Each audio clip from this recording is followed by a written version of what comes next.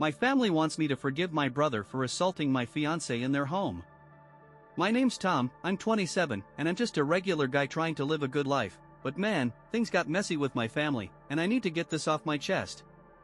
About 7 years back, I met my fiancée, Sarah, who's 25 now, when we were both grinding through college. We clicked through some buddies we had in common, and after hanging out for a year, we started going steady. She's the kind of woman who lights up her room, and when I brought her home to meet my folks, everybody loved her, even my mom, who's usually real cautious around folks who ain't from our tight-knit community. Now, my parents moved to this country years ago, and they've always stuck close to people from back home, so they're kinda guarded with outsiders, but it ain't about race or nothing like that, just how they are. Let me tell you about my brother, Mike, who's 29. Growing up, he was my hero, no question. He never let the neighborhood kids push him around, always had my back, and looked out for our little sister, Jenny, who's 22 now. Mike used to tell us to hold our heads high, no matter who tried to mess with us, and that we belonged here just as much as anybody else. When he met Sarah, they hit it off, became real good friends, and I thought everything was golden. Over time, Sarah got tight with my whole family, hanging out with my sister and mom at the mall, shooting pool with me and my cousins, and showing up to every big family bash we threw. But one night, at one of those parties, things went south in a way I never saw coming. We were all having a blast, drinking way too much, and I ended up passed out on my parents' living room floor. When I came to, Sarah was acting strange, like something was eating at her. I asked what was wrong, and she hit me with it. I think Mike tried to kiss me. That woke me up real quick, like a bucket of ice water to the face. I begged her to spill the details, and she said a bunch of us had gone up to the roof to keep drinking, feeling the breeze or whatever. One by one, folks drifted off, leaving just her and Mike up there. They were talking, sipping drinks, when she caught him staring at her funny. Out of nowhere, he leaned in to kiss her, but she dodged it, and things got awkward fast, so she bolted. I drove her home, my head spinning, and later, I sat Mike down to hear his side. He admitted it, said he was hammered and wasn't thinking straight, and apologized up and down. I was mad as hell, but I figured it was a one-time screw-up, something we could talk through and set boundaries for. Boy, was I wrong about that. After that night, things between me and Mike got weird. We barely talked, and when we did, it was all stiff and formal, like we were strangers. Only Jenny knew what went down, 'cause Sarah let it slip one day when they were chatting, and Jenny asked why me and Mike weren't tight anymore. Sarah and I decided to keep it quiet from the rest of the family, not wanting to stir up more drama. A few months later, my folks threw another big party, inviting friends, family, everybody from our community. I thought enough time had passed since the kiss thing, maybe we could start patching things up.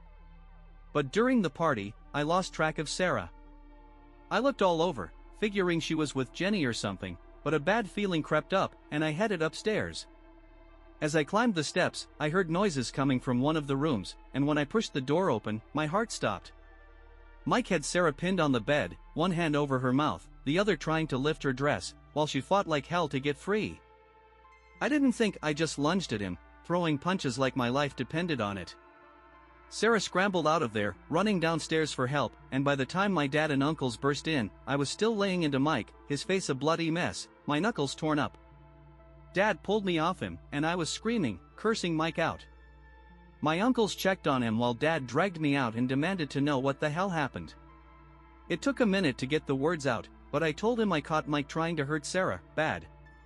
Dad just sat there, stunned, head in his hands, quiet for what felt like forever until my uncles said they were taking Mike to the hospital.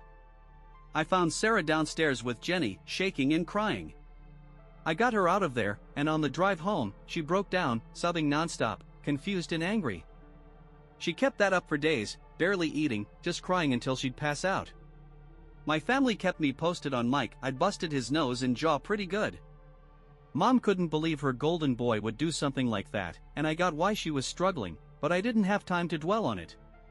Word got around, and Mike's life fell apart, lost his job, got shunned by everybody, and skipped town. I shut out the world after that, focusing on Sarah. She was a wreck, scared all the time, no energy for anything. About a month later, she tried going back to work but came home early, saying she felt like someone was gonna jump her any second. I told her maybe talking to a professional could help, and though she wasn't sold at first, she agreed. Therapy did wonders for her, slowly bringing her back to life. After a couple months, her therapist suggested I give it a try too, not just to understand what Sarah was going through, but cause I'd been shutting everybody out, bottling up my own feelings. I thought it was kinda weird, but I went anyway, and man, that first session was rough. I unloaded all this anger at Mike, at myself for not seeing who he really was, for not protecting Sarah like I promised. I was scared it could happen again, and I'd be powerless to stop it. But over time, those sessions helped me sort through the mess in my head, and Sarah and I started healing together. We even took self-defense classes, figuring it'd give us some control back.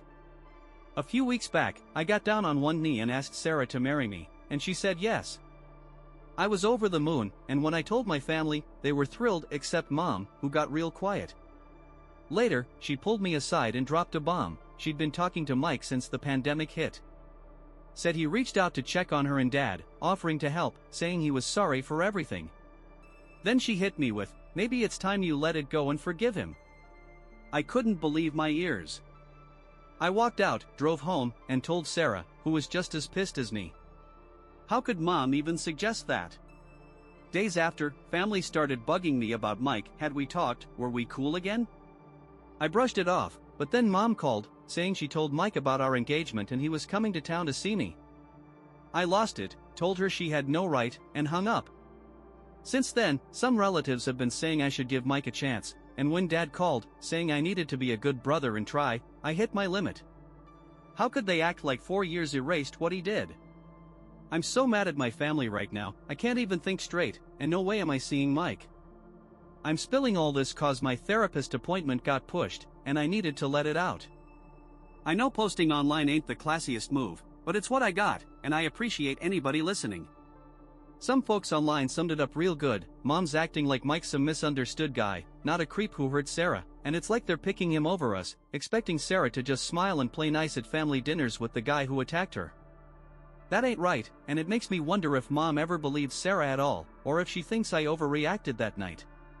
It's got me thinking about cutting ties and starting fresh somewhere else, cause Sarah deserves to feel safe. Here's what happened next. I want to thank everybody who sent kind words and support for Sarah, it means a lot. I need to clear something up, I ain't ever forgiving Mike. To me, he's dead, gone 4 years ago when he showed his true colors.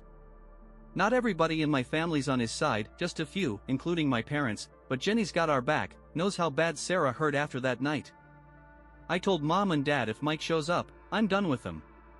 As for what he's been up to, Mom said he moved across the country, changed his name, and started therapy to fix himself, but I didn't want to hear more, and neither did Jenny. Some asked why he didn't go to jail. Truth is, I beat him so bad he ended up in the hospital, and a lawyer friend said if we pressed charges, Mike could turn it around on me for assault.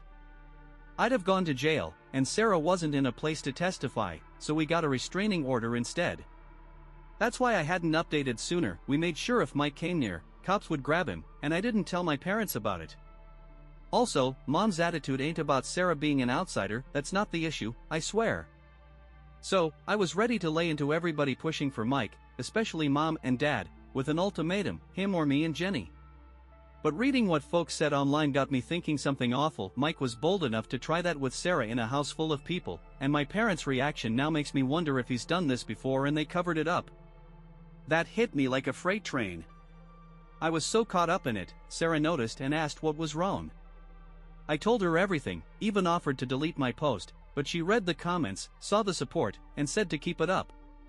When I shared my fear about Mike's past, she got chills too. We looped in Jenny and started asking family and friends who were with us if they ever saw Mike act shady before. Family didn't recall anything, but some buddies said he was too friendly with their girls, a bit handsy, but nothing like what he did to Sarah. Then Jenny tracked down an ex's sister, who said Mike creeped her out, flirted too much, and her sister clammed up around him. An old co-worker of Mike's remembered a night after a work party where he left with a drunk colleague who couldn't recall much the next day. It dawned on me, Mike ain't who I thought he was, he's a danger to everybody. We got together with everyone who knew something, gathered every bit of evidence, and planned to blast it to our community and online when the time's right. I haven't told Mom and Dad yet, but I'm giving them one last chance tomorrow, saying if there's proof anybody knew what Mike was doing and stayed quiet, they're answering for it too. I can't update for a while, not till Mike's dealt with, and this ain't how I pictured life after proposing, but we can't let this slide. Sarah's been my rock, facing her pain to help others, and I'm damn proud of her. Thanks again to everybody who's got our backs. Alright, here's the final piece. It's been a minute, but I wanted to wait till this was settled to share the whole deal, and I'm grateful for all the love sent to me, Sarah, and anybody else Mike hurt. Good news, Mike's behind bars, facing what he deserves. Back when I last wrote, Sarah, some friends, and I dug into Mike's past, looking for other women he messed with, and we found 8, including Sarah, exes, co-workers, you name it. I was set to confront mom and dad, show them who they were defending, and spread the word online, but our lawyer warned that telling my parents could tip Mike off, and posting publicly might let him cry defamation and dodge trouble. I hadn't thought of that, wanted to shake some sense into mom and dad, but I couldn't trust them, not if they'd hid Mike's dirt before, so I went silent on them. Jenny stepped up big time, acting neutral with mom and dad while feeding us info. She found out Mike split after that party, moved far away cause a friend took him in, and told folks we kicked him out for cheating with Sarah. What a lie. Since I put him in the hospital, we couldn't press charges without me getting locked up too, so he got a job, started over. He hit up mom and dad in late 2021, worst of the pandemic here, and mom's been talking to him regular since, even visited with dad a few times. Then the kicker, Mike's got a daughter, born December 2021, from a one-night stand. He and the mom co-parent, no marriage, and he showed her off to mom, dad, and Jenny right before we had our evidence locked down. When Jenny told me, it shook me. Now there's a kid and her mom we gotta protect from him. Sarah and I leaned on each other hard. I can't imagine reliving what she went through to help others, but I'm there for her every step. The day came, and cops showed up at mom and dad's where Mike was staying. Jenny said it was chaos. Mike ran the second they knocked, but they nabbed him, and when he fought, they tossed him, adding assaulting an officer to his rap sheet. After a couple days locked up, he went to prison. The trial was brutal. 2 women broke down testifying. Sarah held strong but fell apart after, and I cried with her. Seeing mom, dad, and Jenny testify crushed me. Mike was finally paying, but the damage he did runs deep. I know those women might never fully heal, just learn to carry it. It was the toughest week ever, but Mike got nailed on 8 charges, locked up for life. He tried pinning me for beating him too bad, but the judge shut that down. His daughter's mom didn't believe it at first, but once she saw the proof, she helped us out. Mom, dad, and Mike's supporters, I can't see them anymore, especially my parents, cause I don't trust them no more. It hurts, but with Sarah by my side, I see a good future. It's like a weight's gone, not just for us but for every woman Mike hurt. I'm in awe of them, and everybody who shared their own stories in the comments. To anybody who's been through something like this, I wish you peace, and if you're scared to speak, know you ain't alone. There's more good folks out there than bad, ready to help. I hope Sarah's story inspires somebody who needs it. This chapter's closed, but it's a new start for us and everybody who deserves it. With Mike rotting in jail, I'm done here, hoping me and Sarah have a happy road ahead.